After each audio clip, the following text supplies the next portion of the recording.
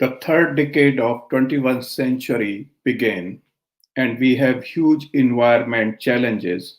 The Global Plan of Action adopted in 2015 puts forward specific measures. India Day 2020 had a distinguished panel of experts comprising with Mr.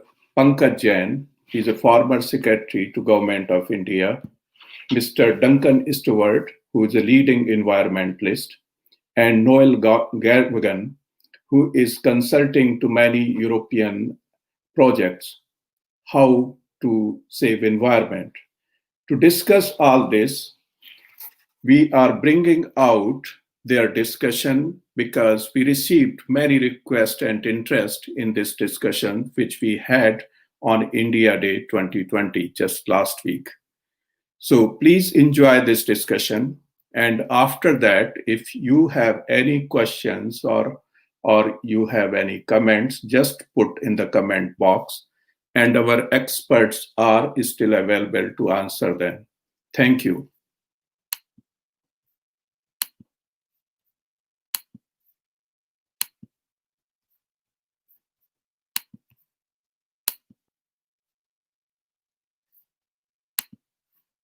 I'm an environmentalist and I am very interested in being involved in this India Day. It's really important. And greetings to all of you in India, right across India. And I'm looking forward to your views on my aspect of the important kind of interaction between India and Ireland. From my perspective, we look at sustainability with economic, social, and environmental issues all being critically important to discuss, and that as we move forward post-COVID, that we enter a new time where we deal with trade and with international movement of people and transport of goods across the world in a more sustainable way, where we are safe from viruses, but at the same time where we minimize the impacts of production and consumption and our use of fossil fuels and all of these other issues that create major pressures on the environment. So I'm very interested in Indians' views on these. I understand the pressures that you've got in India with water quality issues, and we have lots of environmental issues, and climate change is already impacting India quite seriously. Here in Ireland, the impacts are there also, but I think we're probably not experiencing the impacts as much as India is today. So I'm looking at the overall issues of, as we move forward in society, internationally, and how India and Ireland can collaborate with each other on many issues that where we could benefit greatly from, and where there are great opportunities for new livelihoods and for new trading opportunities. But in doing so, we need to make sure that we do it in a safe way and in a way that doesn't further damage the environment. I think we all understand how serious climate change is today. We also know that we're going through an incredibly unprecedented time in the destruction of nature and wildlife. And with all of this destruction, as humans expand further and encroach further into natural habitats, not alone is it doing massive damage to wildlife and to nature, but it's also exposing us humans to greater levels of infections from COVID-19, but also from other diseases that we're out there across the world. And as we know that 75%, science have proven that 75% of all viruses and pathogens and infectious diseases, microbial diseases, are caused by humans interfering with nature. So we are the cause of this. We can't blame an individual tiny little virus called COVID-19. That's not the cause. These viruses are out there in nature, everywhere, and they've coexisted with other species across nature in different habitats in a way that has lasted for millions of years. But it's our kind of extra encroachment and in the way that we are stressing nature and that the whole zoonotic transfer or spillover into humans can occur. Also with our animals, our farmed animals, in very high concentrations of pigs and poultry and cattle, in these very high concentration numbers in industrial farming, is also putting massive pressure for super spreaders to occur of viruses across the world. So we understand through COVID that this trajectory, that the global trading and movement of people across the world is no longer a way that we can go forward. So we need to reinvent how we deal with these issues. Otherwise, we're going to see more and more problems like what we're seeing today with COVID-19, and as we've heard in the previous session. So there's an awful lot to learn.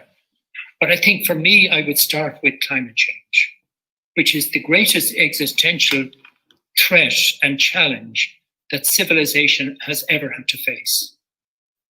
When we think of our children's future, we need to understand that the trajectory we're on at the moment globally is incredibly unsustainable, and it is going to have major impacts for so many people, billions of people across the planet over the next 20, 30 years and beyond. So all those young people across the world, all those young people in India will be exposed to these issues. And it's so important that when we're trading with each other and when we're coming up with new ways of producing and increasing productivity and all of these and movement of people across the world, that we do it in such a way that it is not going to further damage climate change with greenhouse gases. If we look at today, global concentrations of CO2 in the atmosphere are now at an unprecedented high level of 415 parts per million. Now that, if we think over the last 800,000 years, the science has shown quite clearly that the concentrations of CO2 in the atmosphere varied between 180 and 280 parts per million. Now we're at 415 parts per million. Now this is an incredible change, which over the last 800,000 years, we are now nearly 50% above the figures there were in the atmosphere over that massive length of time. And we're now at the highest in greenhouse gas emissions that occurred in over 3 million years, possibly 5 million years, and rapidly heading towards what was 15 million years ago in the atmosphere. So we have to understand how serious these greenhouse gas emissions are affecting our climate system in terms of global heating, in terms of sea level rise, in terms of acidification of our oceans. All these massive pressures are building up, and they're going to have huge repercussions for people all across the planet and for all other species. When I look at wildlife and nature, and look at humans, take for example, the fact that over the last 100 years, human population quadrupled in 100 years. During that time, livestock animals, cattle, sheep, pigs, poultry, all of these animals that we farm, we managed to increase their levels eightfold in that 100 years. So we have a situation where we have, in producing so many cattle and sheep and pigs and poultry, we have encroached more and more into nature for feedstock for these animals. And we've seen the damage of the plundering of our rainforests and of our oceans for fish, how serious they are now today.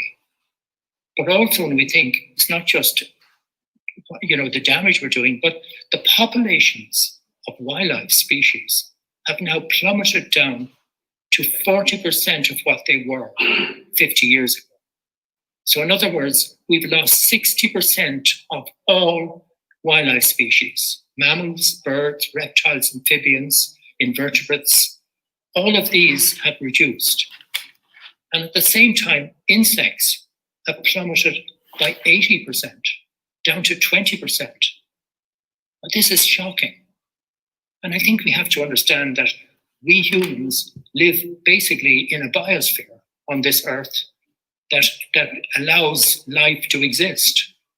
And that in doing so, we share this biosphere with all of these other species. And it is the interaction between all of these species and the interdependence of these species that we have with others that we can exist on this planet. When we break those connections with nature and we create kind of massive damage to nature, we will see huge repercussions in terms of how humans can survive, because we depend on the ecosystem services from nature for our very survival, for our breathing of air, for quality of air, for quality of our water, for everything, basically, for our greenhouse gases in the atmosphere, in controlling that. And it's so important that we don't lose sight of that incredibly important connection. And COVID has been surely a great kind of wake-up call for us to realize that this direction that we're going is unsustainable. So I'm just looking at these two big issues of climate change and biodiversity loss.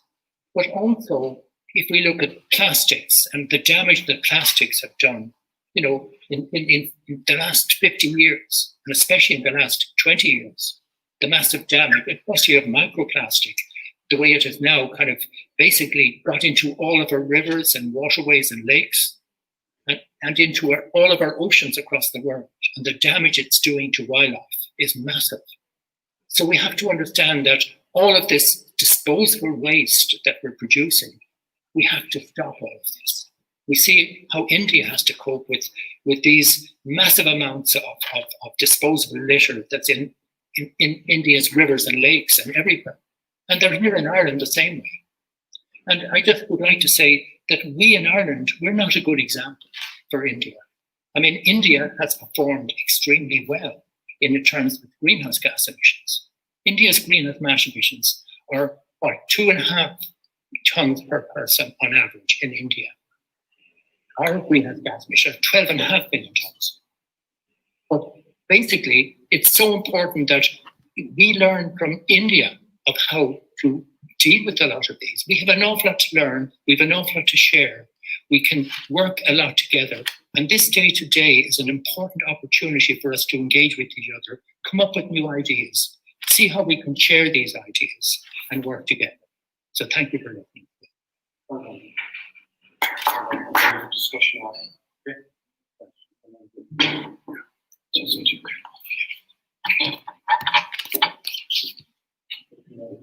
Mr. Jain, it was Mr. Duncan Stewart. He's a wonderful speaker and he's doing wonderful work to protect Earth and ecology. And now our very special guest from India, Mr. Pankaj Jain. He served almost 39 years in Indian administrative service. There's no any position which Mr. Jain haven't served and looked after. And he retired from Indian civil services from the highest position, that was the Secretary to the Government of India. He worked in various regions, locations, places, particularly in Jammu and Kashmir. And Mr. Jain visited Ireland 3 times, and he's fond of Ireland. He has some sort of love affair with Ireland, and he considers Ireland as a friend. He met many dignitaries in his last trip when he was additional secretary in the Government of India. And currently, Mr. Jain is heading 2 very good organizations building millions of toilets and doing wonderful work to clean environment and clean water and provide clean water to the people. So, Mr. Jain, this is your dais. You put your views across, and if time allows, we will have few minutes discussion. Thank you, Prashant, for the very nice introduction. I don't know whether I deserve all the things which you have said about me. But thank you very much. Today, good morning from India to viewers in Ireland, and a very good afternoon to viewers in India. I'd like to discuss environmental issues across the world with special reference to India and Ireland, and some of the possible interventions which have been taken and what are possible to be taken. If you look at it with the rising global population and a very increasing economic development in the world, especially using technologies which are also changing day to day and using chemicals, different types of chemicals, it is obvious that natural that environmental challenges will arise and some kinds of environmental degradation will keep on happening. And we see the increasing degradation in terms of air, water, and soil and noise pollution, depletion of oxygen levels, degradation of land topsoil, degradation of rivers, lakes, and water bodies, and of forests, wildlife, and biodiversity. And it threatens our own living on this earth. So we have to do something about it. And the world, of course, in addition, is seeing a huge climate change, mainly due to the increase in greenhouse gases, and is also seeing an increase in per capita carbon footprint. Duncan has very rightly talked about the emission and contribution by various countries to the carbon dioxide emissions in the world. The average over the world is only 4.8 MT, but countries like USA, for example, contribute 14.95 MT per capita of carbon dioxide emission, contributing to the greenhouse gases. If you look at that figure and you compare, let's say, India produces between 1.57 and Duncan has quoted rightly, 2.5 MT, much lower than the figure of US. China does somewhere in between 6.57 MT. This implies there is a need for having some kind of equity in the world, with developed nations making every effort to reduce their contribution to greenhouse gases as compared to the developing world, to ensure a sustainable habitat for the future generations. And one option, of course, is to move on to cleaner fuels so that the production of greenhouse gases to that extent is reduced. Another example or rather figure I'd like to quote. USA consumes 16 times the per capita oil as compared to India and 6 times as compared to China. So you see the inequity between nations. So one can't fault one nation or the other. We have to work together on this issue of controlling gases. Now, but if you look at another figure, overall China, because of its large population and because of their higher economic or productive activity, contributes much more greenhouse, much more carbon dioxide emission as compared to USA and Europe combined. So this is also a point to be noted. Now, very recently, in the Indian Prime Minister, only yesterday, announced that he would like to see and he would like to work towards Ladakh territory, Union territory in India, to be made carbon neutral. That means counter the carbon dioxide emissions. We would like to see that there is a reabsorption back into the earth by way of carbon sinks.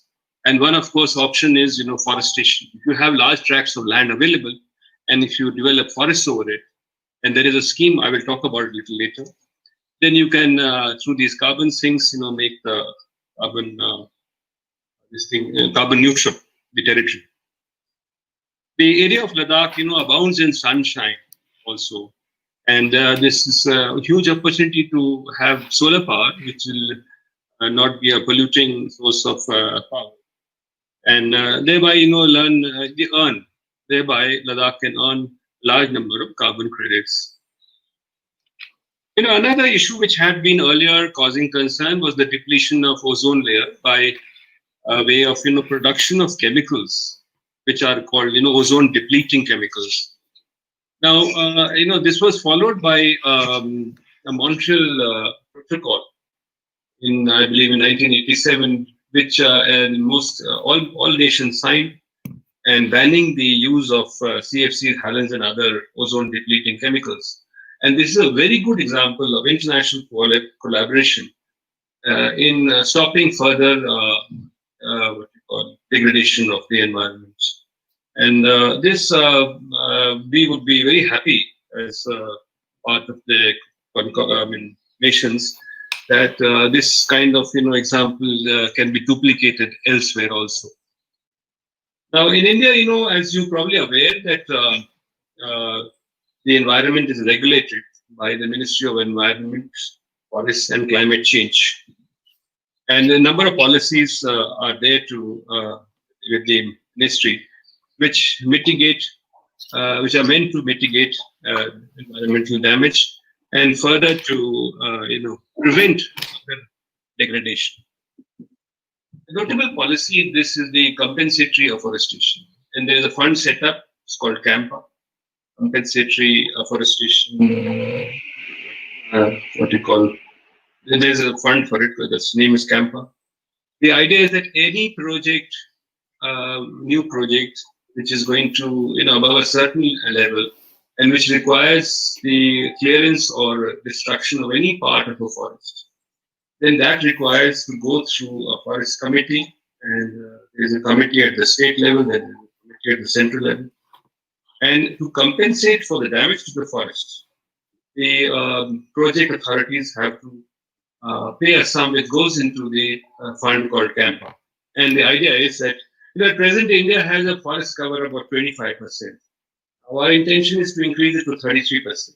You'll be happy to know that as per the report of 2019, we have added 5,188 square kilometers of forests in 2 years. This is a good record for the country. And this compensatory afforestation is supposed to be done on wetlands. It's wastelands and degraded forests or degraded soil, basically degraded lands. So this is continuing, and there is a ministry called Jal Shakti in India. Now this has a directorate called the National River Conservation Directorate, and the idea is to clean out rivers. And what we have started is with the Ganga Action Plan. If you look at it, Ganga, the basin, is the largest basin in the world, river basin in the world. And 400 million people live in this basin, which is 1/3 of India. And this basin is huge. The population which stays in this is 400 million. You look at the large figure. So the government of India has started with the pollution abatement measures in the Ganga River basin. We set up this directorate, and is responsible for collection, transportation, and treatment of municipal sewage, riverfront development, and construction of low-cost toilets. The people who wish to defecate, near the river, that has been banned. Nobody can construct, in I believe 500 or 1 kilometer from the river. Nobody can be found doing any nuisance next to the river. So, as you know, probably that there used to be dolphins in the Ganga. Now they're not there. Now the Prime Minister has announced yesterday to have a dolphin mission. He wants to reintroduce dolphins in the Ganga. It can be done only when you reduce the BOD and the COD in the Ganges. And that's one of the objectives of the National River Conservation Directorate. If you look at it, the rivers all over the world are the major sources of drinking water and water for household use. But if you have these so polluted, then, the we have to do something about it very quickly. Talking about rivers, the surface water is the desired source for drinking. In India, we also have the underground water. I'm sure Ireland also has that. But the ground water is receding year to year. And, this also is causing a lot of concern. Government has made, 4 states have made rainwater harvesting compulsory. Which means if you want to erect a building in an urban area, you have to have the rainwater harvesting in place so as to regenerate the groundwater. Another thing I wanted to say, in this, the rivers in India, they have to be, they're just running the water into the sea. Now, what are the options? The option is to dredge the middle of the river and contain the floodplain zone and still maintain the E-flow. Then you would have achieved, you can slow the river and use that water. And this should be done in the future. It costs a lot of money. And incidentally, if you do this, you will be able to regenerate the groundwater through natural seepage. This people are aware of this, but it costs a lot of money. Now we have a National Green Tribunal. Probably you've heard of this. It handles all the court cases which impinge on environmental degradation or environmental pollution, concerning, and also conservation of forests. And people can go to this with a PIL, public interest litigation. But, people who are actually affected by that, let's say the tribal populations who had forest rights, they can go to this also. But PILs and suo motu actions by NGT are a little gray area because they have been happening. But there have been a lot of noises that it's not covered under the NGT Act. So this is something which is, of course, being worked on. Another pollution in India is the air pollution. If you look at the figures, the safe figure for PM 2.5 is 60. And most countries in Europe, I know Ireland is very clean. You have hardly any population. You have a population of 5 million people only. I mean, Delhi has a population of 20 million. And Delhi is, Ireland is 57 times the land size of Delhi. So look at the thing. You will automatically Delhi will have 200 times population by this ratio. So Delhi, in the summers it has PM 2.5 roughly between 100 to 200, and in the winters it climbs up to 300 to 500, which is huge, and that's what's causing a lot of lung problems in people. Even children have lung problems. We are very careful about it. We have air purifiers in every room, and generally we shut this thing out. You can see the back. It's all shut by glass, and air conditioners are on, so we don't see any dust. But we are the higher people, in the country, the higher earning people. What do you think of the common people? They are suffering. When you go out on the road, you breathe in that dirty air and the smog in the winters. It's just horrible. Now, some things have been done in India on this issue. I mean, the causes are so many. It's old vehicles. So India has banned vehicles more than 15 years old petrol, and in case of diesel, more than 10 years old. And, construction activity causes a lot of dust. So there are measures which are enforced, but there's a lot of, leakage in that enforcement, I would say. And there are industry emissions. Delhi has banned new industry to be set up inside Delhi. But the existing ones, it's very difficult to really push them out. And some are non-polluting, so they are continuing. But basically, there is a ban on fresh industry within the Delhi area. And there is another issue, the agricultural stubble burning. This is a problem which was all over the world. All over the world. I have examples from other countries. People have control in different measures. There are countries which regulate it, give a license for the burning and all that. But in India, the problem is so huge that all these measures won't work. India, the government has come out with a scheme of subsidizing two types of technologies. One is called the Happy Seeder, which you might have heard of it. There is a small gap, only 15 days between the rice harvesting in March, April, and then sowing of the wheat crop. And in that 15 days, it's not possible to take out mechanically all the stubble and then plant the seed of wheat.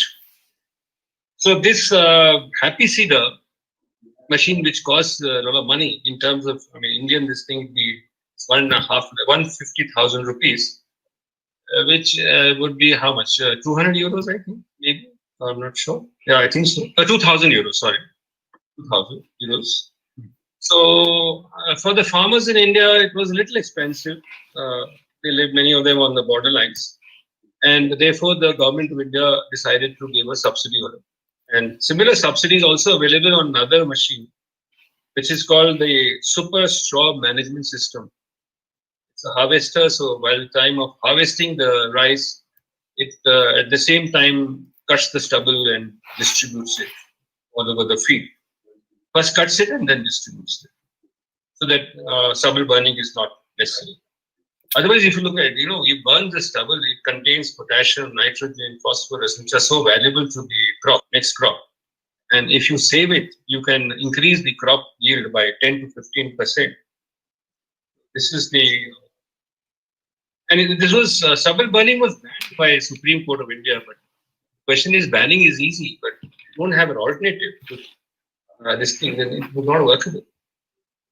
Another thing I would like to say, to control noise and pollution, as well as to control the PM 2.5 and PM 10, last year, the government of India limited the number of hours in which crackers could be lit during Diwali festival. Now, this is a very kind of religious issue, because as you are aware, that Diwali is when Ram, the god which is, all Hindus pray to, when he returned from his forest life after 15 years, then to welcome him, lamps were lit by his brother and by all the residents of his kingdom. And therefore, it was a very touchy matter, but they're limited with limited type of crackers and lighting. It has been allowed, but the ones which cause a lot of pollution have been banned, and the time has been limited, so that the number of crackers become less. Now, coming to Ireland, Ireland is very fortunate, as I was mentioning, that it has a population of only 4.9 million, which is, as I mentioned, only 25% of Delhi's population, and Delhi is only a city. So if you look at the whole country, it is huge.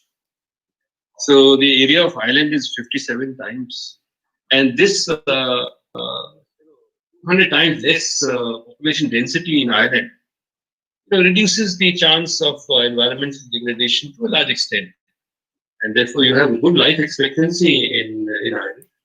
Environmental factors are good, but there are issues like 2-3 issues I mentioned. You know it better. Just touching them or flagging them. The use of chemicals is all over in the developed world, and of course, climate change is universal. Can't stop it.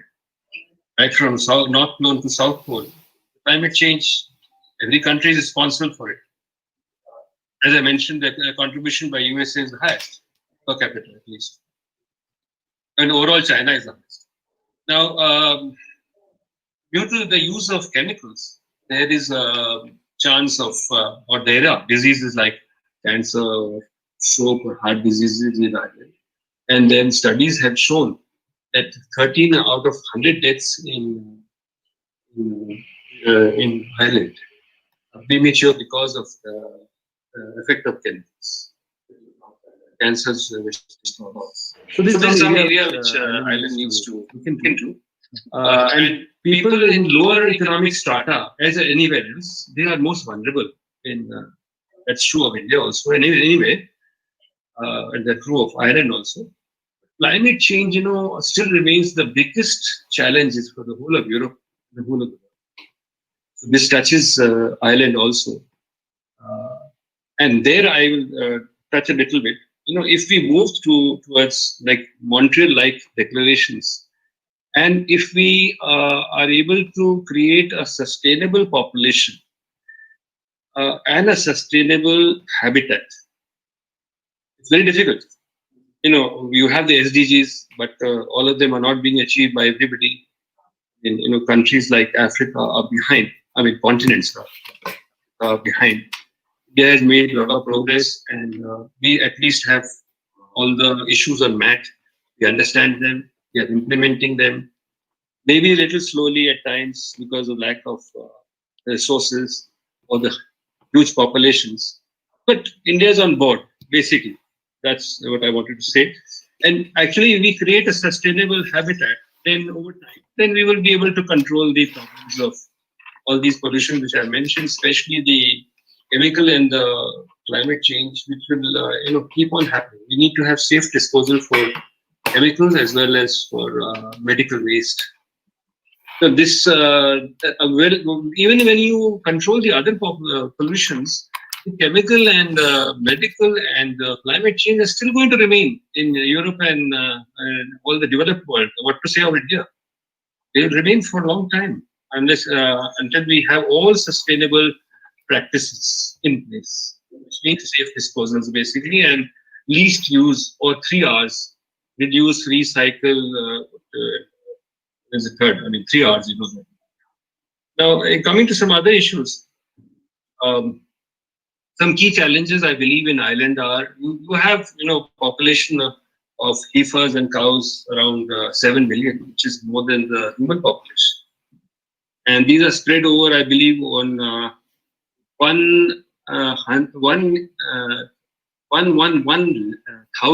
farms, 1,1,1,000 farms, 0.1 million farms, a huge number of farms.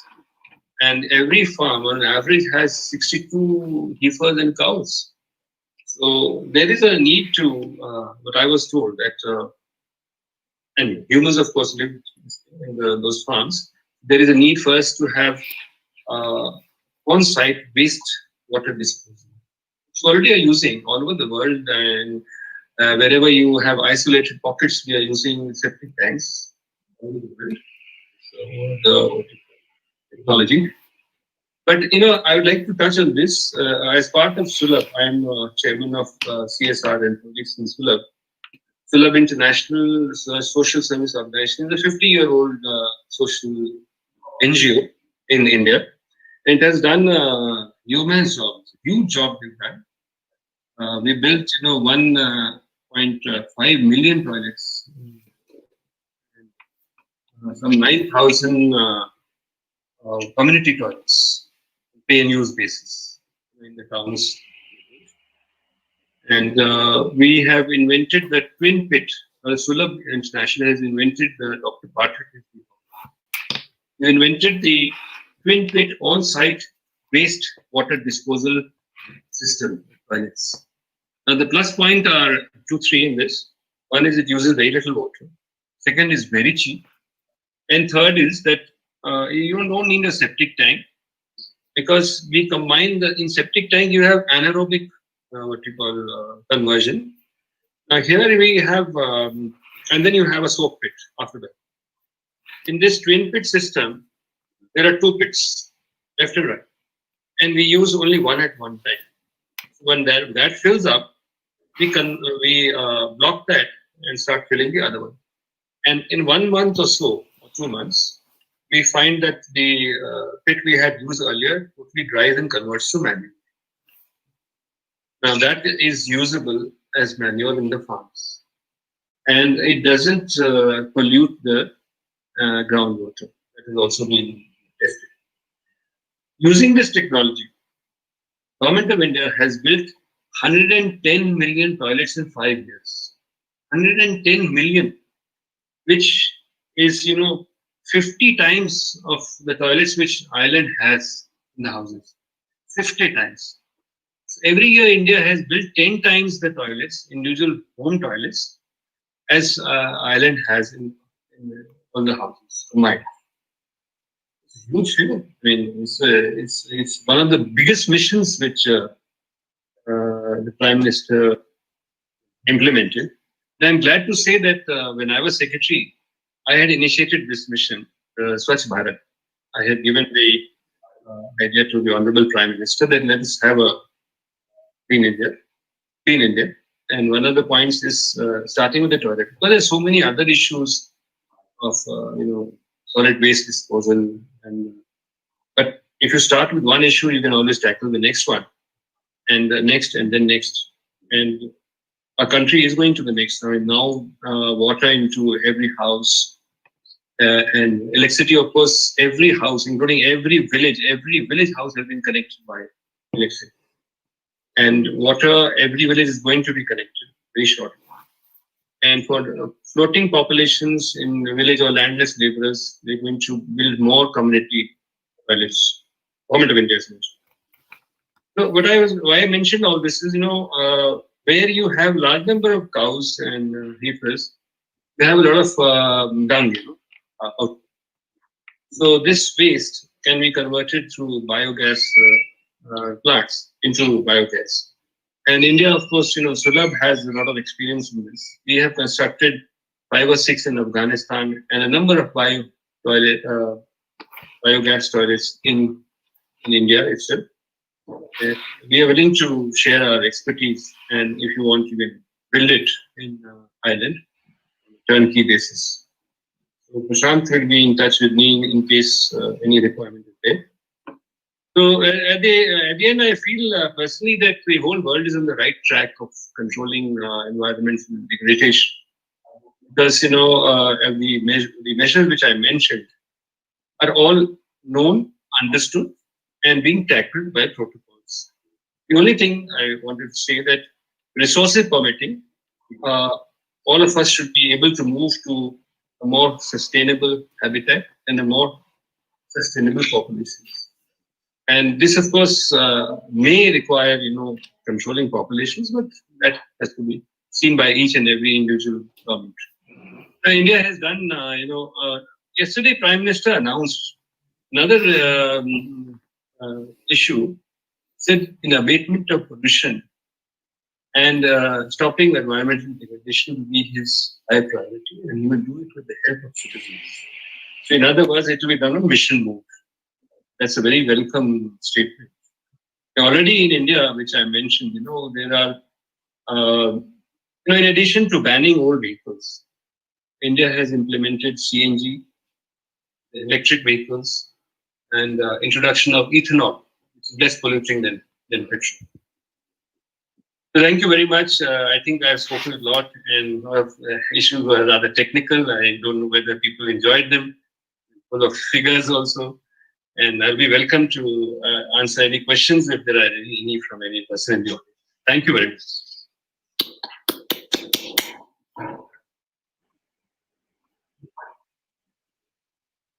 Any questions? Prashant, any questions? Well, can you hear me? Yeah, I can hear you.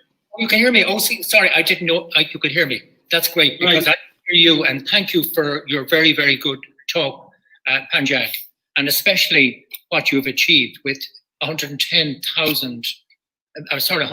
million toilets. That is an incredible achievement. Government of India has done that. Yeah. That's an incredible achievement. So I think congratulations to you for initiating that. But also, I think, you mentioned there all of what you're doing with forestry and the importance of planting trees, how critical this is for so many issues in terms of sequestering carbon emissions, but also in helping to attenuate flooding, etc. And I know there's an awful lot of really good things happening in India. And I'm also very grateful to the fact that you have alerted us to a lot of the problems we have here in Ireland. I'm very conscious of the fact that, we have so many cattle in Ireland, that our greenhouse gas emissions from cattle is incredibly high, And, in terms of the future, when we look at population increasing, and by 2050, probably another 2 billion people on the planet, when climate change issues and biodiversity loss are increasing. How do you feel in terms of this larger population, of how we're going to be able to feed people when there's so many pressures on resources, and where so many people now are eating meat that never ate meat before on the planet? And meat is a very carbon-intensive diet, you know. So where do we go with food production? Do we have to move towards a plant-based food production globally, because it's a much more efficient way of using land? You know, what are your views on that whole issue of food, especially with the global heating occurring and all of these other impacts? Of course, food is a personal choice, but you've seen the recent trend. You know, increasingly the world is moving towards vegetarianism. So you find people in US, for example, and even in Europe, large number of people are adopting what India has always been advocating, that vegetarianism. On the contrary, you find in India, people are becoming non-vegetarian. It's the opposite which is happening. So, but these are cycles, you know, which will come and go. And personally, we belong to a family which is vegetarian. I mean, Jains, you know, Jain is a religion, and might have heard, and we are supposed to be traditionally vegetarian. But many Jains have become non-vegetarian over time.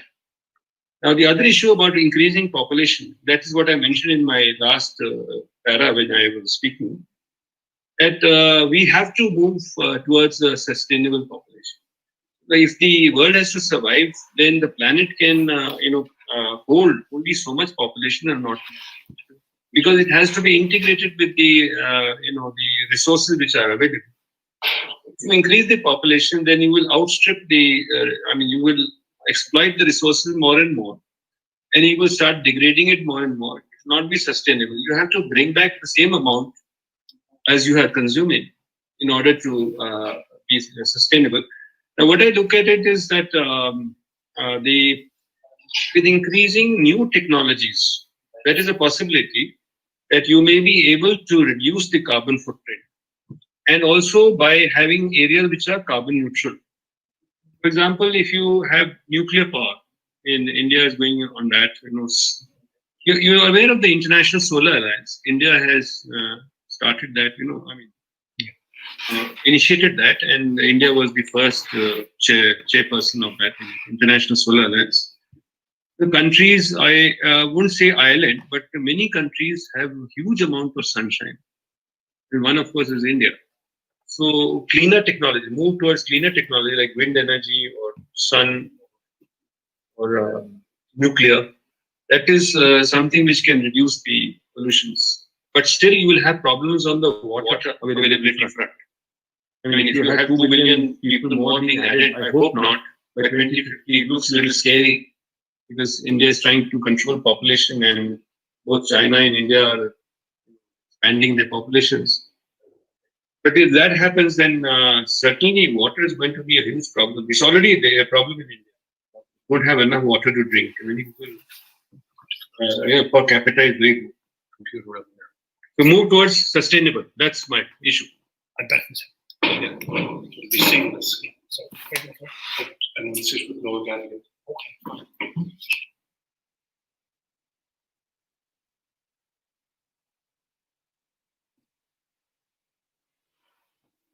Okay. So, apology for this, and please go ahead and make your presentation for 5 minutes, and after that, we have a question and answer, and then we will conclude the session. Okay.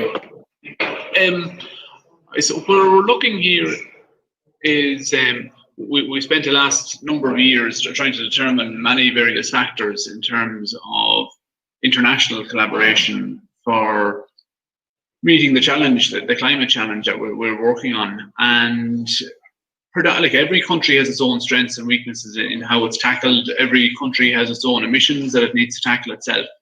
But there are many areas where we can have a lot of collaboration. And one of those areas is both in sharing knowledge, technology, and also utilizing the skills of the different countries and different regions of the world to be able to assist each other. So I suppose in Ireland, one of the issues we have a certain manufacturing base, but it's obviously we have a limited population and a limited areas of expertise in that. So having having access to regions of the world with much larger manufacturing bases is a huge advantage to us. So we would see particular areas in Ireland where we would be looking to the rest of the world, to the rest of Europe and to the rest of the world, and India in particular, in terms of what can be provided or what we may be able to trade in. And it's interesting, the collaborations that can be there. Listening to the last speaker, where there was a lot of discussion in terms of wastewater treatment, in terms of it's an area very prevalent for ourselves. We have, as was stated, approximately 7 million cattle in this country.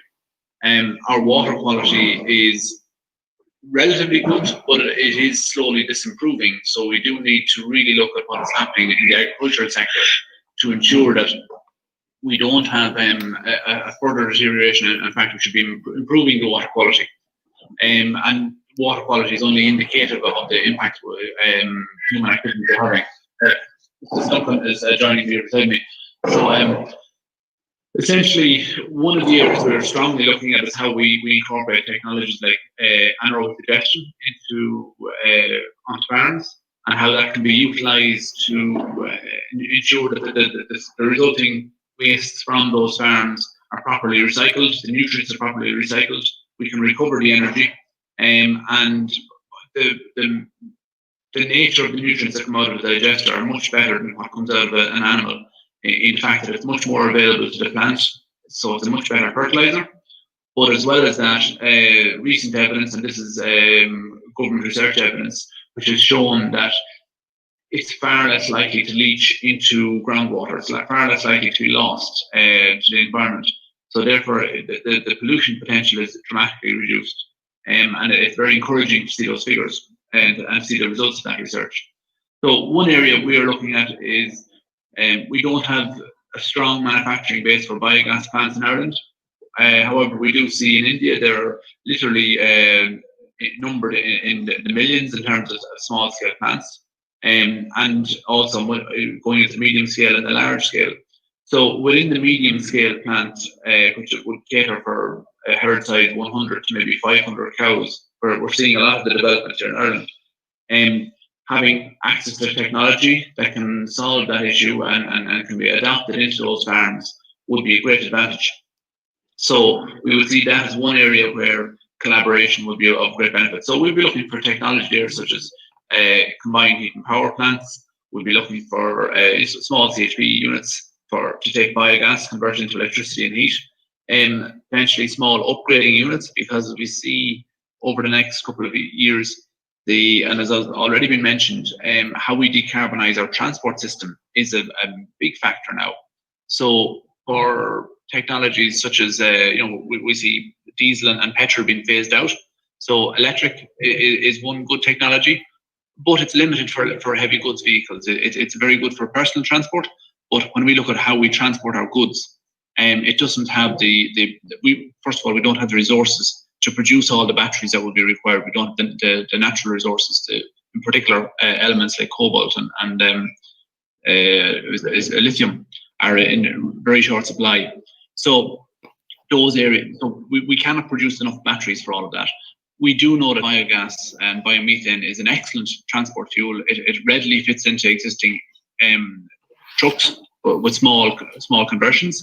You can buy off the shelf vehicles that will run on both biogas and on diesel and petrol. So you've got some resilience there and an easier crossover for the entire transport fleet. And it's an area where we are really looking at in terms of how we get the best value from that gas, how we utilize, like every resource that we have has to be utilized to its maximum potential. And transport has always proved a difficult one, because the technologies that are available to decarbonize our transport infrastructure are limited.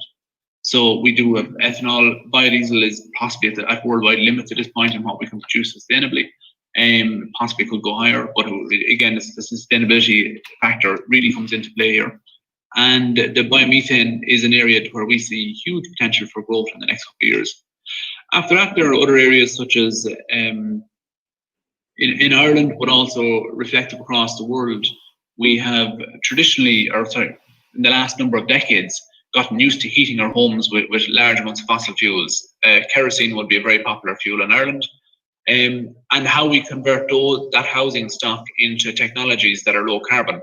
So one technology is obviously heat pumps. That requires a certain design of house, and we would already have figures to look at Ireland in terms of what houses are suitable. You need to have relatively high levels of insulation for a heat pump to work. You need to have circulation temperatures under 60 degrees for heat pumps to be at their most efficient. And so they will cater for that market, but we've a huge stock of houses in this country that can't be catered for by a heat pump without major retrofit. And not to get into too much detail on that, but the major retrofits that we're looking for, we don't have the workforce to achieve that in the next 10 to 15 years. Indeed, 20 years would be very ambitious to achieve the level of retrofit on houses that we need. So in the interim, we are looking at other technologies such as wood pellets, wood pellet boilers, replacing kerosene directly in particular in rural houses where you would have the space, you would have the ability to make such a conversion. So one of the things we are looking at here is what sort of a modular unit could be produced. And this is, whether it could be in Ireland or in another country that can take wood pellets, take out your oil boiler and readily convert it into a pellet system or small wood chip system that doesn't require massive investment by the homeowner. And we do believe there are solutions there that would decarbonize very quickly our current stock. The other technologies that come into play would be when we are retrofitting, we're looking at heat pumps. We also have to look at, and very importantly, our air heat exchangers. Rather than putting vents into our rooms for fresh air, by putting in ventilation systems with heat recovery, there is huge potential to save losses through space heating. So that's another factor that comes into play. And the technology for that, we don't have manufacturers in Ireland. We are seeking manufacturers. There's plenty of technology by sharing screen here with Duncan. So as we're looking, we're limited to 1/3.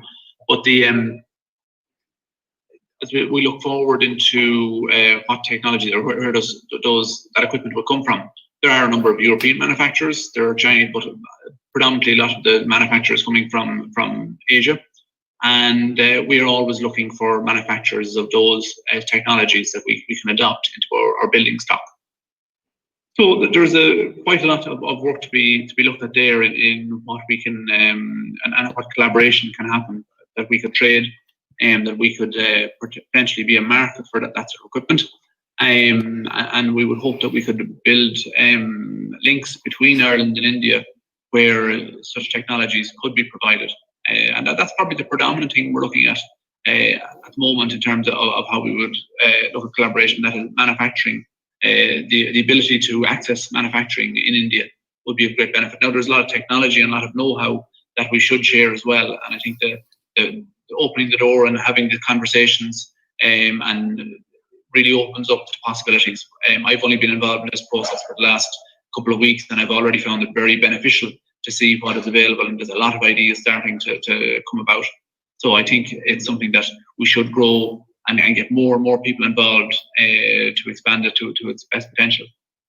So there's one other sector I was going to discuss as well in terms of, we looked at the biogas, the building retrofit, and the biomass was on buildings. The biomass are two separate things, but there's also a lot of materials and laboratory equipment required for developing our fuels here, developing biomass fuels, wood chip. So we're looking at things like drying ovens, balances, profiles, size, testers, that sort of thing. That we need that equipment. We don't have manufacturers of that here in Ireland, and then requirement for that sort of equipment for laboratory, basic laboratory equipment in Ireland. There is a need for that here at the moment. So they're the sort of areas we are opening up and trying to find suppliers at this point in time. Thank you, Noel. Any questions? There's one question this time showing up here. It is from India. Vertical farming uses much less soil, water, and space. Can be used to produce organic farming and is sustainable? Are India or Ireland doing anything in this field? Then we have another question. It's 16 hours. Excellent environmental presentation. We can learn a lot from your experiences. Thank you very much. Gillian Toole is public representative of County Meath. Thank you, Gillian, for your comment. So, yes. On the vertical farming, sorry. There's another question. I'm just reading out all these questions first, and then you please respond, all of our panelists. Is there a program for compensation of damage caused by new project to build 12-meter wide roads in Himalayas of Uttarakhand to connect all 4 Hindu pilgrimages? I think this is a question for Mr. because he has all the experience in this sector. Yeah, I can answer that. You want me to answer it right now? Yes, please. And this very nice question has been put. You know, you can take the matter, the people who are actually affected by it, to the NGT and ask them to force the Uttarakhand government to make a redevelopment plan of the area. In other words, to mitigate each and every damage which you feel has been done can be ordered by the NGT. That is one thing. Second, you know, while when the project clearance is done, they would have taken money for the reforestation. So you can pose a question to the Ministry of Environment that please tell us that what you have done when the trees were cut, the project must have given funds for compensatory afforestation. So have you done anything about it? What are the plans to create the forest? These two, but they are bound to put in place mitigation measures for any damage which you feel has been done and which has not been compensated properly, not in terms of cash, but in terms of the kind, you know, repair and things like that. It's not just peripheral repair. The environment should be put back in the same condition. That is the idea.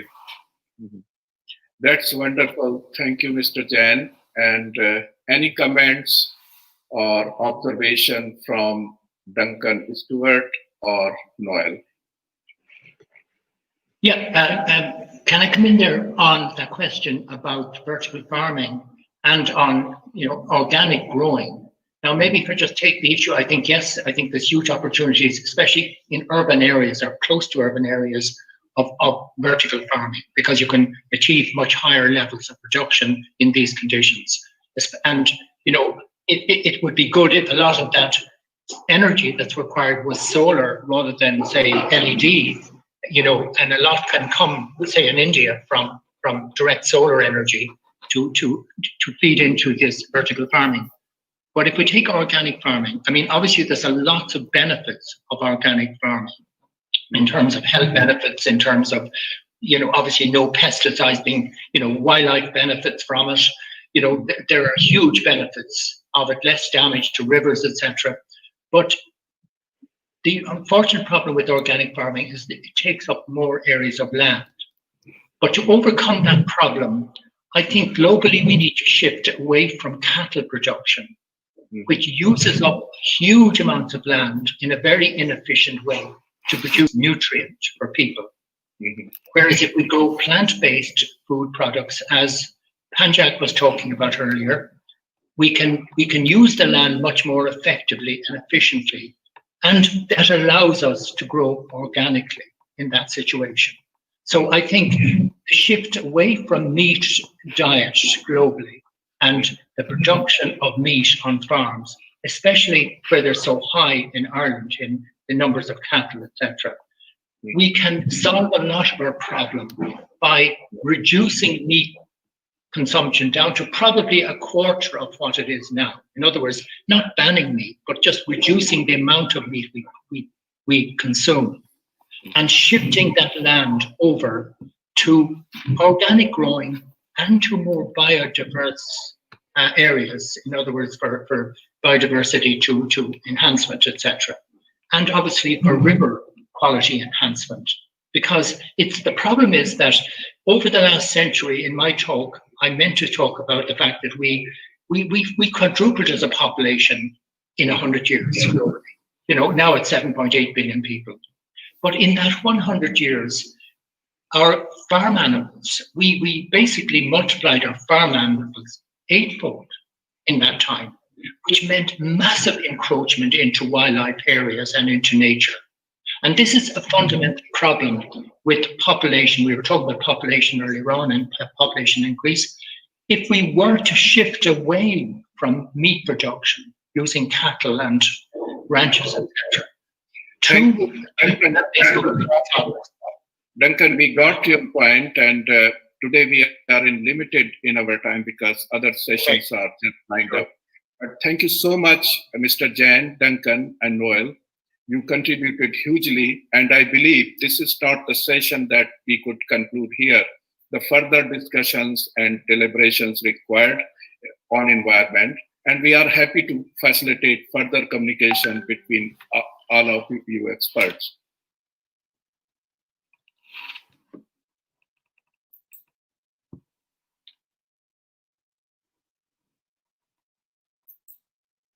Jack and Plus 500 met online. As an experienced trader, he never thought he could fall in love again.